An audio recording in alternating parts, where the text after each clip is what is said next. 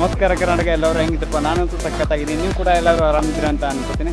ನಾವು ಮತ್ತೆ ಒಂದು 6 ತಿಂಗಳಾದ ನಂತರ ವಾಪಸ್ ಉಡುಪಿಗೆ ಬಂದಿದ್ದೀವಿ. ಉಡುಪಿಯಲ್ಲಿ ಲಾಸ್ಟ್ ಟೈಮ್ ನಾವು ಬಂದಾಕರ ಯಾವುದೇ ಬೀಚ್ ಆಗಲಿ ಅಲ್ಲೇ ತಿರುಗಾಡೋಕೆ ಆಗಲಿಲ್ಲ. ಸೊ ಅದಕ್ಕಾಗಿ ಮತ್ತೆ ವಾಪಸ್ ಉಡುಪಿಗೆ ಬಂದಿದ್ವಿ.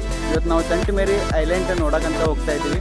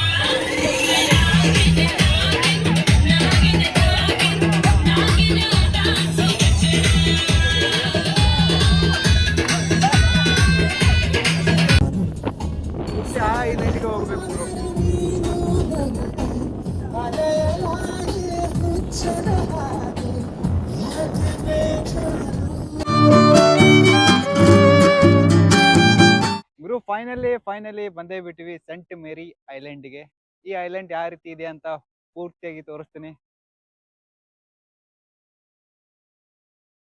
ಪ್ಲಾಸ್ಟಿಕ್ ಬಾಟಲ್ ನೋಡ್ರಿ ಯಾವ ರೀತಿ ಮಾಡ್ಕೊಂಡಾರ ನೋಡಿ ಗುರು, ಸಖತ್ತಾಗಿದೆ. ಫೋಟೋ ಗಿಟೋ ಎಲ್ಲ ತಗಸ್ಕೊಂಡು ಮತ್ತೆ ಆ ಕಡೆ ಹೊಂಟಿದ್ದೀವಿ ಇವಾಗ.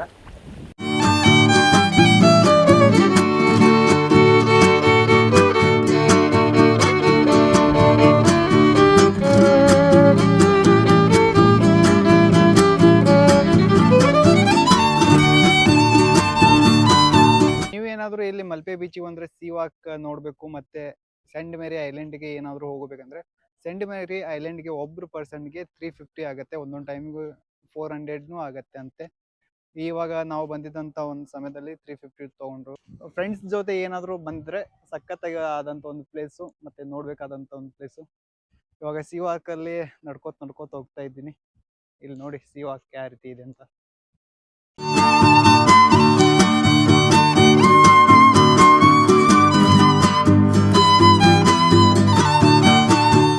ಫೈನಲಿ ಸೀ ವಾಕ್ ಇಲ್ಲಿಂದ ಎಂಡ್ ಆಗತ್ತೆ. ಇಲ್ಲಿಂದ ಮುಂದೆ ಹೋದ್ರೆ ಸಮುದ್ರ ಇಲ್ಲಿ ನೋಡ್ಬೋದು. ಮುಂದ್ಗಡೆ ಎಲ್ಲ ಸಮುದ್ರ. ಇದು ಸೀ ವಾಕ್ ಒಂದು ಡೆಡ್ ಆಫ್ ಪಾಯಿಂಟ್ ಅಂತ ಹೇಳ್ಬೋದು ನಾವು. ಫೈನಲಿ ಇವಾಗ ಮಲ್ಪೆ ಬೀಚಿಗೆ ಬಂದಿದ್ವಿ. ಮಲ್ಪೆ ಬೀಚಲ್ಲಿ ಎಲ್ಲರೂ ಆಟ ಆಡ್ತಾರ, ಇಲ್ಲಿ ನೋಡ್ಬೋದು ಸಮುದ್ರದಲ್ಲಿ. ನಾವು ಕೂಡ ಎಲ್ಲ ಡ್ರೆಸ್ ಚೇಂಜ್ ಮಾಡ್ಕೊಂಡು ಇವಾಗ ಆಟ ಆಡಕ್ಕಂತ ಹೋಗ್ತಾ ಇದ್ದೀವಿ.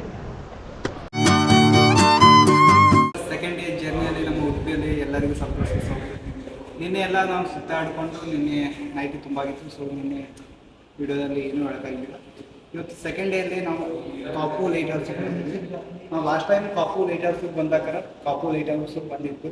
ಈ ಸಾರಿ ಕಾಪು ಲೈಟ್ ಹೌಸ್ ಚಾಲು ಇದೆ. ಇಲ್ಲಿಂದ ಒಂದು ವ್ಯೂ ಪಾಯಿಂಟ್ ಯಾವ ರೀತಿ ಇದೆ ಅಂತ ತೋರಿಸ್ತೀನಿ, ಬನ್ನಿ.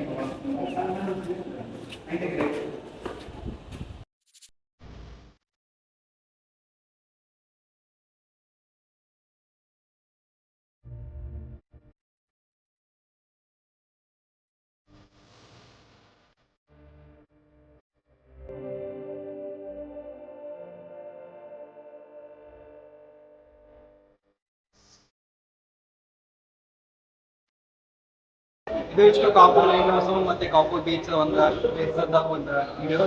ಇದು ಇಷ್ಟ ಆದರೆ ಲೈಕ್ ಮಾಡಿ, ಕಮೆಂಟ್ ಮಾಡಿ, ಶೇರ್ ಮಾಡಿ, ಮತ್ತೆ ಚಾನಲ್ ಸಬ್ಸ್ಕ್ರೈಬ್ ಮಾಡಿ. ಮತ್ತೆ ಹೊಸ ವಿಡಿಯೋದಲ್ಲಿ ಸಿಗೋಣ. ಅಲ್ಲಿವರೆಗೂ ನಗ್ತಾ ಇರಿ, ನಗಸ್ತಾ ಇರಿ. ಜೈ ಕರ್ನಾಟಕ.